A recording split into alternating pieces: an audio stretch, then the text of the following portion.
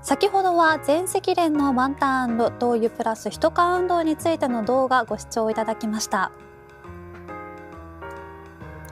ということで、ぜひ、皆さんはね、自分事として災害時に慌てないよう行動しておきましょう。くしゃみが出そうになってしまいました。チンコメって叫びますね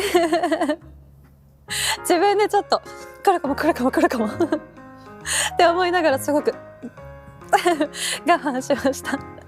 大丈夫です。皆さんご心配おかけしました。